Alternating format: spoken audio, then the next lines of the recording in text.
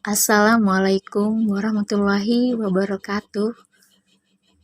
Pada kesempatan kali ini, alhamdulillah, semoga semuanya sehat walafiat. Amin ya rabbal alamin. Dan pada kesempatan kali ini, kelas 11 mata pelajaran Akidah Akhlak akan membahas bab 1 tentang munculnya aliran kalam dalam peristiwa tahkim.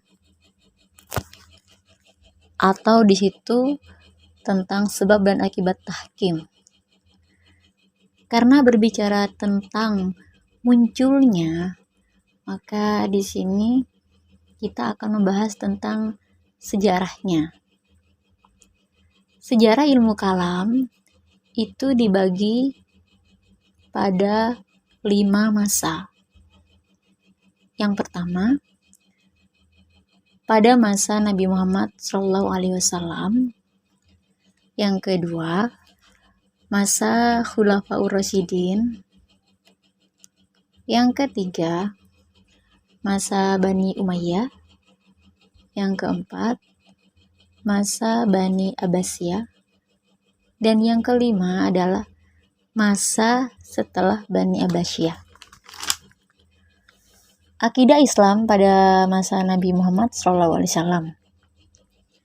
Yang pertama, ketika Nabi Muhammad SAW masih hidup, Islam masih bersatu padu. Belum ada aliran-aliran atau yang dinamakan firqah. Apabila terjadi perbedaan pemahaman tentang suatu persoalan, maka para sahabat langsung berkonsultasi dengan Nabi.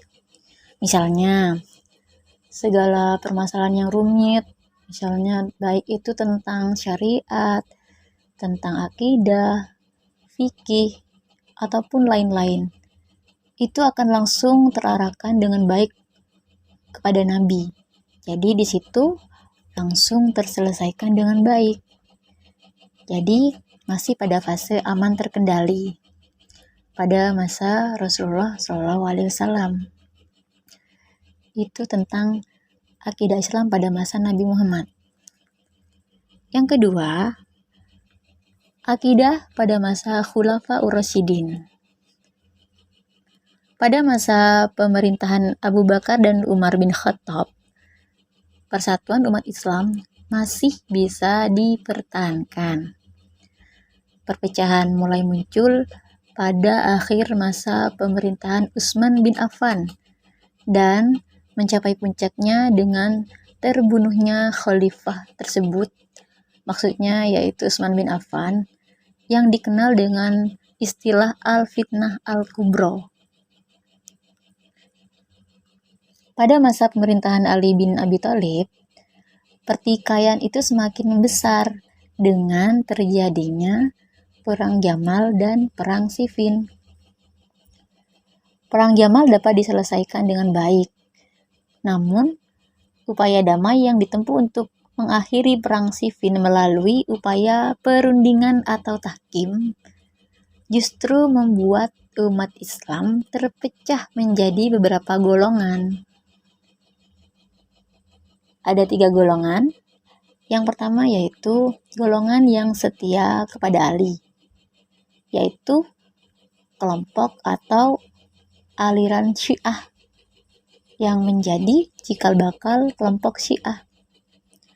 Yang kedua, golongan yang memisahkan diri dari Ali, yang dikenal golongan atau aliran Khawarij. Yang ketiga, golongan pendukung Muawiyah bin Abi Sufyan.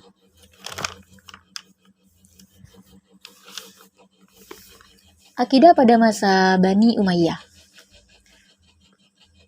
Pada masa Bani Umayyah, corak pemerintahan yang represif dari beberapa khalifah menyebabkan sebagian umat Islam bersikap apatis. Mereka beranggapan bahwa apa yang dialami oleh umat Islam pada hakikatnya sudah menjadi suratan takdir. Nah, tokoh yang memunculkan pemikiran ini adalah Jaham bin Abi Sufyan.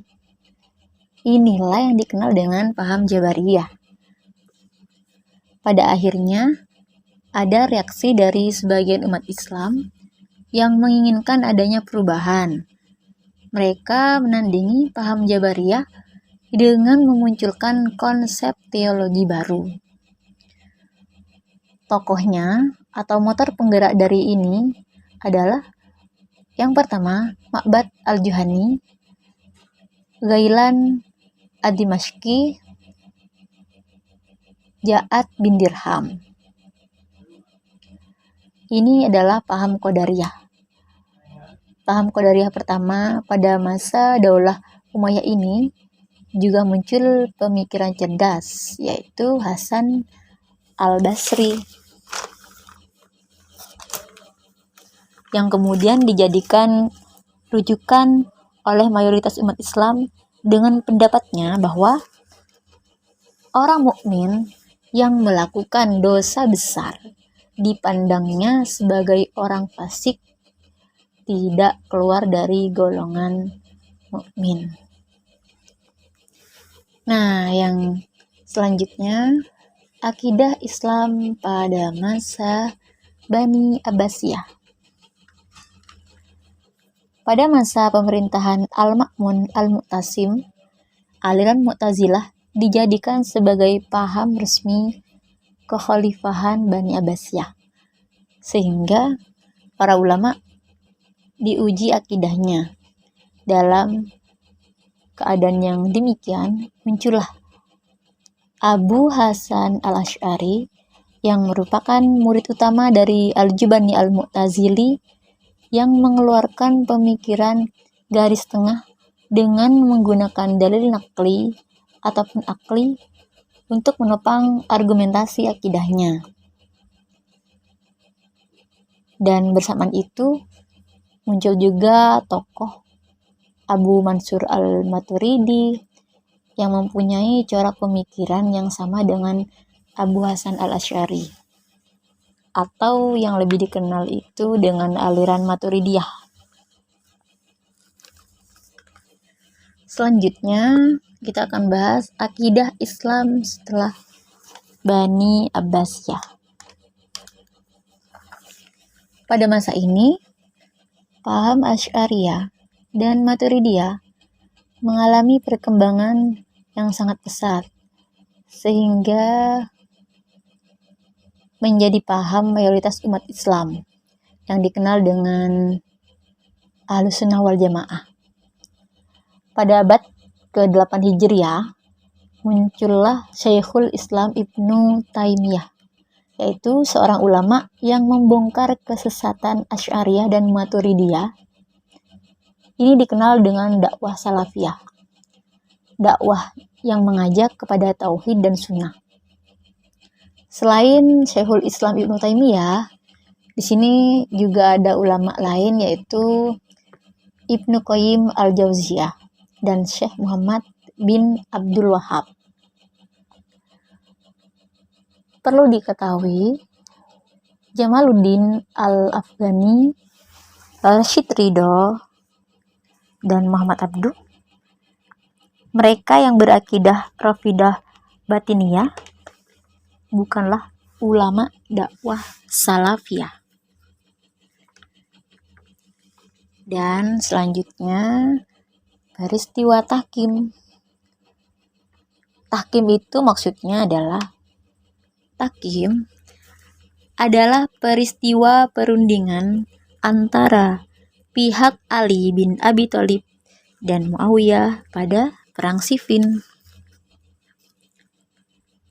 Peristiwa tahkim di sini, peristiwanya adalah dampak dari peristiwa tahkim tersebut, maka umat Islam terpecah menjadi 3 faksi. Yang pertama, kelompok yang tetap setia kepada Ali, yang kemudian menjadi embrio kelompok Syiah. Yang kedua, pecahan kelompok Ali, yang kemudian dikenal dengan sebutan Khawarij. Yang ketiga, kelompok yang mendukung Muawiyah bin Abi Sufyan. Pada awalnya, aliran Khawarij hanya memperdebatkan persoalan politik, namun kemudian menjalar ke persoalan teologi atau akidah. Misalnya, sikap mereka terhadap Utsman, Ali dan Muawiyah yang dinilai sebagai kafir karena dianggap mencampur adukan antara yang benar dan yang palsu. Demikian pembelajaran hari ini. Semoga bermanfaat. Kurang lebihnya mohon maaf.